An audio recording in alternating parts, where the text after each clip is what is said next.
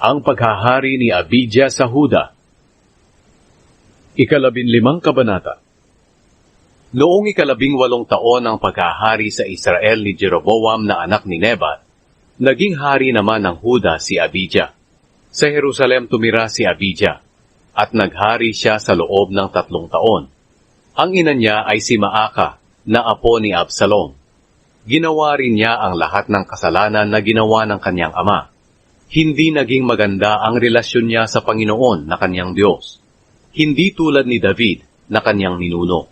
Pero dahil kay David, niloob ng Panginoon na kanyang Diyos na patuloy na magmumula sa angkan niya ang maghahari sa Jerusalem sa pamamagitan ng pagbibigay sa kanya ng anak na papalit sa kanyang trono upang pangunahan at patatagin ang Jerusalem. Dahil ginawa ni David ang matuwid sa paningin ng Panginoon, at noong nabubuhay pa siya, hindi siya sumuway sa utos ng Panginoon, maliban lang sa ginawa niya kay Uriah na Hiteo. Gayunpaman, palagi pa ring naglalaban sina Rehoboam at Jeroboam. At nang huli, sina Abijah naman at Jeroboam ang naglaban. Ang iba pang salaysay tungkol sa paghahari ni Abijah at ang lahat ng ginawa niya ay nakasulat sa aklat ng kasaysayan ng mga hari ng Huda. Nang mamatay si Abijah, inilibing siya sa lungsod ni David, at ang anak niyang si Asa ang pumalit sa kanya bilang hari. Ang paghahari ni Asa sa Huda. Naging hari ng Huda si Asa noong 20 taon ng paghahari ni Jeroboam sa Israel. Sa Jerusalem tumira si Asa at naghari siya sa loob ng 41 taon. Ang lola niya ay si Maaka, na apo ni Absalom. Matuwid ang ginawa ni Asa sa paningin ng Panginoon, katulad ni David na kanyang ninuno. Pinalayas niya sa Huda ang mga lalaki at babaeng nagbebenta ng aliw sa mga lugar na pinagsasambahan nila, at ipinatanggal ang lahat ng Diyos-Diyosang ipinagawa ng kanyang mga ninuno. Pati ang lola niyang si Maaka ay inalis niya sa pagkareyna, dahil nagpagawa ito ng kasuklam-suklam na posteng simbolo ng Diyosang si Asyera. Ipinaputol ni Asa ang mga simbolong ito at ipinasunog sa lambak ng Kidron. Kahit hindi nawala ang mga sambahan sa matataas na lugar, nanatili pa rin siyang tapat sa Panginoon sa buong buhay niya. Dinala niya sa templo ng Panginoon ang mga pilak, ginto, at ang iba pang mga bagay na inihandog niya at ng kanyang ama sa Panginoon. Sa buong paghahari nila, palaging naglalaban sina Asa at Baasya na hari ng Israel. Nilusob ni Haring Baasya ng Israel ang Huda at pinalibutan niya ng pader ang Rama para walang makalabas o makapasok sa teritoryo ni Haring Asa ng Huda. Pinagkukuha ni Asa ang lahat ng pilak at ginto na naiwan sa mga bodega ng templo ng Panginoon at sa kanyang palasyo.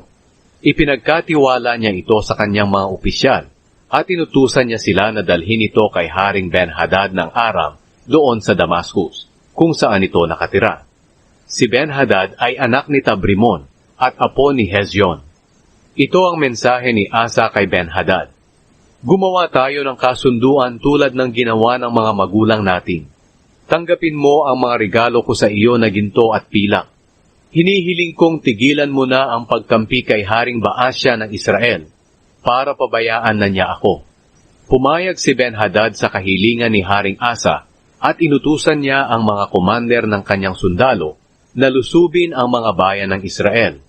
Nasakop nila ang Ijon, Dan, Abel-Bet-Maaka, ang buong Kineret, at ang buong Naphtali. Nang mabalitaan ito ni Baasya, pinahinto niya ang pagpapatayo ng pader sa Rama at bumalik siya sa Tirza. Pagkatapos, nag-utos si Haring Asa sa lahat ng taga-Huda na kunin ang mga bato at mga troso na ginamit ni Baasya sa pagpapatayo ng pader ng Rama. At ginamit naman ito ni Haring Asa sa pagpatayo ng pader ng Geba sa Benjamin at ng Mizpa. Ang iba pang salaysay tungkol sa paghahari ni Asa at ang kanyang mga tagumpay at ang lahat ng kanyang mga ginawa, pati na ang mga lungsod na ipinatayo niya, ay nakasulat sa aklat ng kasaysayan ng mga hari ng Huda.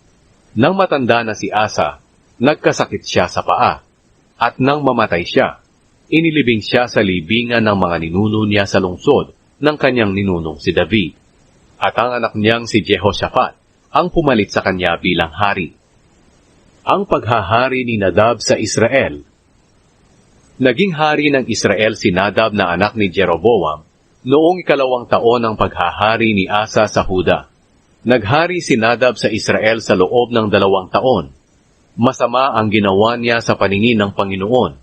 Sumunod siya sa pamumuhay ng kanyang ama at sa kasalanang ginawa nito na naging dahilan ng pagkakasala ng mga Israelita. Ngayon, si Baasya na anak ni Ahiya na mula sa lahi ni Isakar ay nagbalak ng masama laban kay Nadab. Ipinapatay ni Baasya si Nadab habang sinasalakay ni Nadab at ng buong Israel ang Gibeton na isang bayan ng mga Filisteo.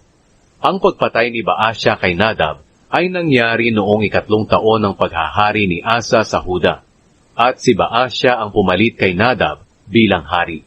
Nang magsimulang maghari si Baasya, pinagpapatay niya ang buong pamilya ni Jeroboam. Hindi siya nagtira kahit isa. Nangyari ito ayon sa sinabi ng Panginoon sa pamamagitan ng kanyang lingkod na si Ahiya na taga Shilo. Dahil nagalit ang Panginoon, ang Diyos ng Israel kay Jeroboam sa mga kasalanang ginawa niya na naging dahilan ng pagkakasala ng mga Israelita. Ang iba pang salaysay tungkol sa paghahari ni Nadab at ang lahat ng ginawa niya ay nakasulat sa aklat ng kasaysayan ng mga hari ng Israel. Sa buong paghahari nila, palaging naglalaban sina Asa at Baasya.